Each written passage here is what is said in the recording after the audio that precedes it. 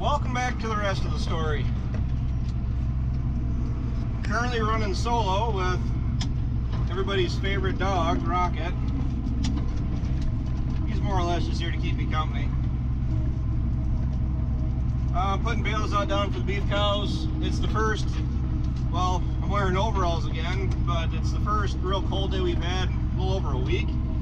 Snow's all gone again, and it actually helped out with these bales that we had sitting outside, because we had a bunch of ice and frost and everything that was melted down, and then it froze between the bales of fodder we had sitting outside. That's what happens when you get a bunch of snow on top of them, and then it melts, and then the water and the moisture runs down between the bales, and then it freezes again between the bales. And then you get a big ice chunk attaching the two bales together. And then what it does is it makes it a nightmare to try to take these bales apart without completely destroying the net wrap. And it's pretty well impossible to get all the net wrap off. So what I've been doing, well, all the fodder bales are out already. I didn't take the net wrap off.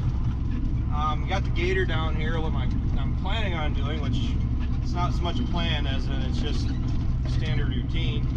I gotta take the gator out and I'll pull all the net wrap off.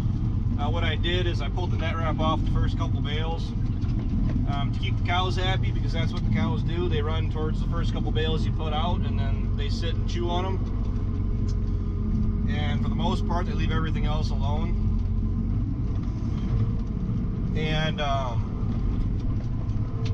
that way I've been getting away with leaving the gate open and just putting out the bales. It's taken about, it's taken an hour just to put the bales out. It'll take me probably, well, seems how the net wrap isn't giving me any problems. It's only gonna take me about 20 minutes to get all the wrap pulled off. But I gotta be careful. Well, I gotta be very careful how I drive here because of the mud and all the rain we got. I don't know if you guys can see the ditch I got behind me, but we had all that late season fall slash, we actually had a bunch of water running here just a couple weeks ago from all that snow and rain that was melting. Rain that was melting the snow. Excess moisture is what I'm trying to say. And I gotta tell you, I'm really hoping it doesn't trail over into 2019 as far as the amount of moisture problems we had in 18. 17 really wasn't that great either. If memory serves me right, we were shut down that harvest for 3 or 4 weeks. But I got a bunch of tillage I gotta get done.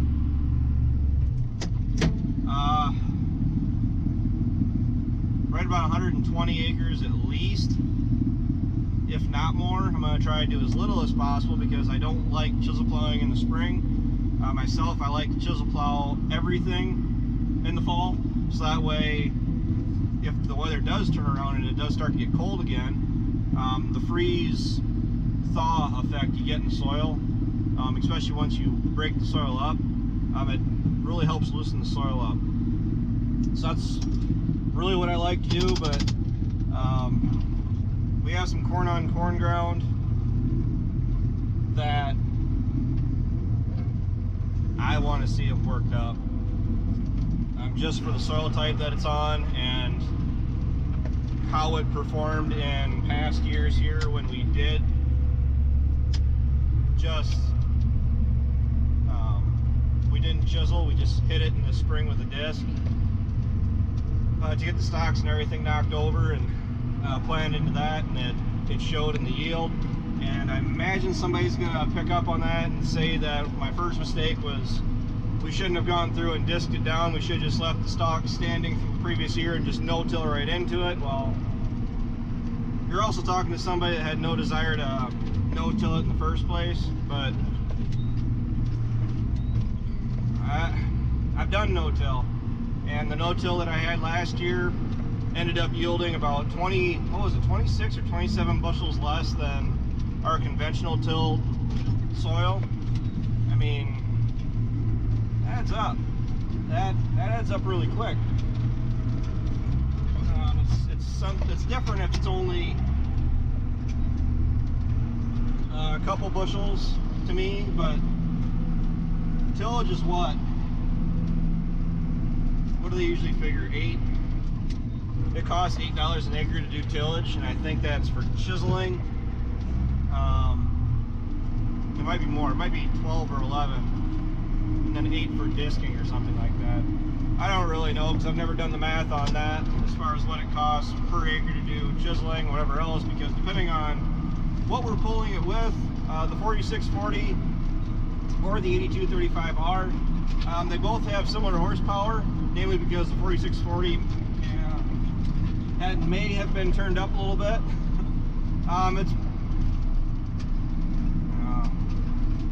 Let's just say the 4640 is probably around about 10 horse less than the 82. But the thing is, the 82 has over the 4640 is it has the duals all the way around it. It has the added weight on the rear end, plus it has mechanical front wheel drive. All the weights up front, the duals, all the way around, like I said. When you're talking about the 4640, all you really have to benefit is the extra horsepower and the rear duals. It does, that's a good question. That 4640 I think has weights on the inner rear wheels. It did have weights on the outer end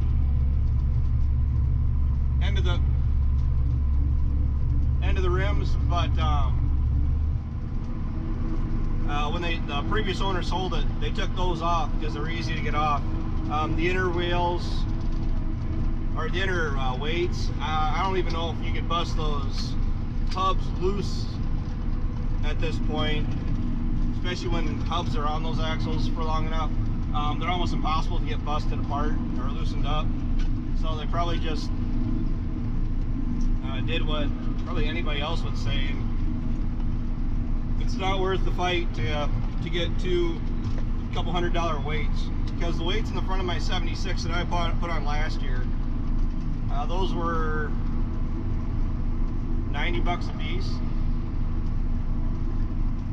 I think so. And the rear ones were a couple hundred for a piece for the two I put on the back of the 76. I like the ones in the rear end.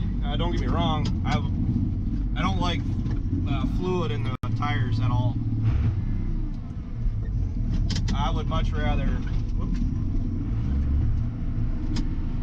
put weights on as opposed to putting fluid in the rims. The 4640, case in point, we have enough fluid above the rim. It's not completely full because you'll end up destroying your tire also, but we have it full enough where any air isn't getting to the rim, so it allows it to rust out the rim. But the problem is that on the 46 we had the nozzle. Why can't I even think of the that right now? I've been trying to manage about 100 different things here in the last 12 hours or so, and you think I could think of the nozzle, oh whatever, on the tube, and that went bad, and we ended up losing about half of the fluid that was in the tire. It just makes it more of a hassle to deal with.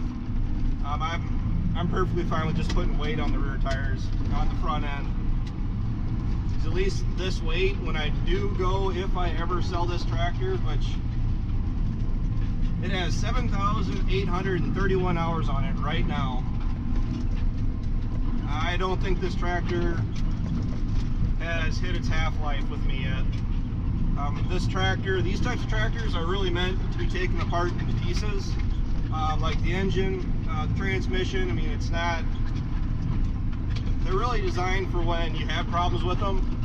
You can just swap them out with a new part, a new transmission, and new engine, new back end, as opposed to having to tear apart and rebuild them. And to be quite honest, I like this tractor. I like this tractor a lot. And if I really start having problems like that, unless it's something really catastrophic, I definitely see me just putting the money into it and getting it fixed up again. Let's see here.